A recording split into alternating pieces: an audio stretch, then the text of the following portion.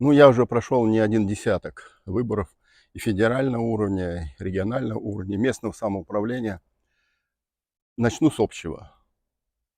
Честных выборов в России никогда не было. Начиная с ельцинских 90-х лихих, где убивали, били, покупали и все остальное.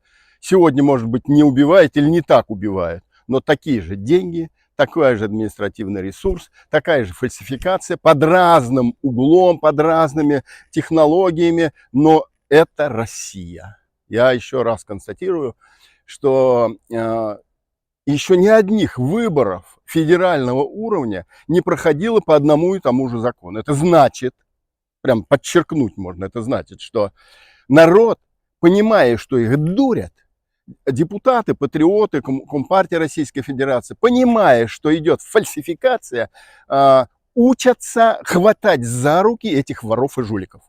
И чтобы снова воровать и жульничать, они меняют эти законы. Все законы меняются по всем субъектам Российской Федерации, и в том числе и в Иркутской области. Это первое. Нет честных и честных выборов. Второе. Надо ли в них участвовать? Надо. Вот мне иногда говорят, да что ты, так сказать, это самое, Врашкин, Федорович, да плюнуть надо, не ходить, забросить, они сами прибегут, мол, явки не будут, они явку убрали. 3 человека приходят на избирательный участок и выберут президента Российской Федерации. Все. Они для этого все это сделали. Участвовать надо. Чего они боятся? Вот зная, что фальсифицируют, зная, что надо участвовать, чего они боятся? Большой явки. Если приходит 100% граждан Российской Федерации, то потом шаловливые ручонки уже нечего считать, потому что 100% пришли. Поэтому вот как заклинание надо приходить всем, как бы что-то там не было, наплевательски ты относишься, так сказать, ты в оппозиции, ты не веришь в выборы, приходить на выборы, еще раз, приходить. Ты всегда можешь найти полчаса в течение 5 лет, чтобы прийти и проголосовать. Неужели не стоит этого полчаса, чтобы прийти и утереть нос этим жуликам и ворам? Надавать им по мордам явкой. Как хотите воспринимаете. Может грубо, может, но это ярко. Это первое. Второе, конечно, надо смотреть, значит, на то, а кто с чем шел. Какая партия что обещала. И как вы живете. Что у вас в карманах. Какая зарплата.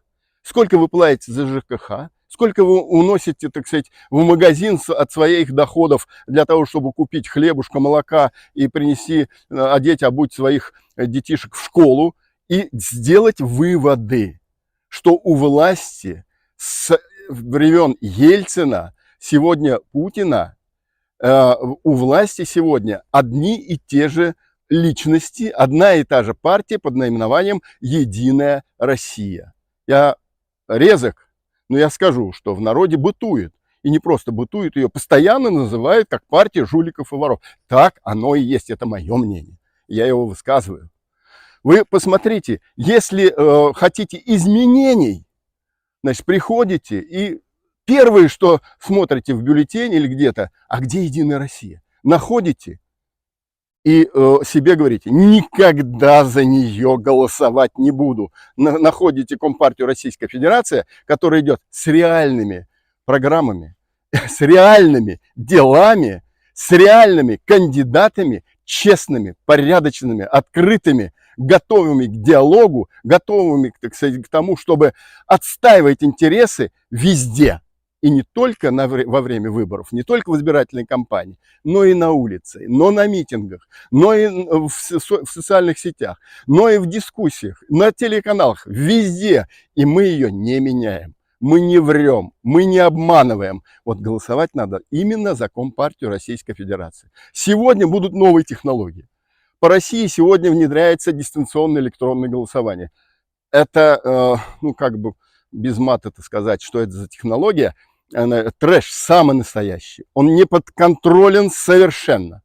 Сегодня Единая Россия, опять вот Единая Россия, пошла изменять избирательное законодательство и убрала членов комиссии с правом решающего голоса на участковых комиссиях и территориальных комиссиях. Сегодня Единая Россия пошла на то, чтобы убрать наблюдателей с избирательных участков, которые, так сказать, из регионов, из других приезжают. Почему она это делает? Она убрала также право контроля за выборами средств массовой информации. Хотя, помните, в лихие 90-е говорили, что средства массовой информации – это тот доктор, который лечит общественность при действительности. Да? А сегодня они говорят, нет, корреспонденты, все, кто с телекамеры, те, кто хотя бы с телефоном снимает, это уже преступник. Его надо хватать, его надо выгонять, его надо убирать, его надо штрафовать, его надо сажать. Вот это тоже Единая Россия. И это они опять делают для того, чтобы изменить результаты. Я глубоко убежден, что у Единой России, вот где Единая Россия у народа, вот. Она дальше и дальше захлестывает петлю и затягивает ее. И мыльца еще берет, чтобы, так сказать, проскальзывал быстрее, затянуть на шее удавку народа своей деятельностью. Я не говорю программы. Они хорошо обещают.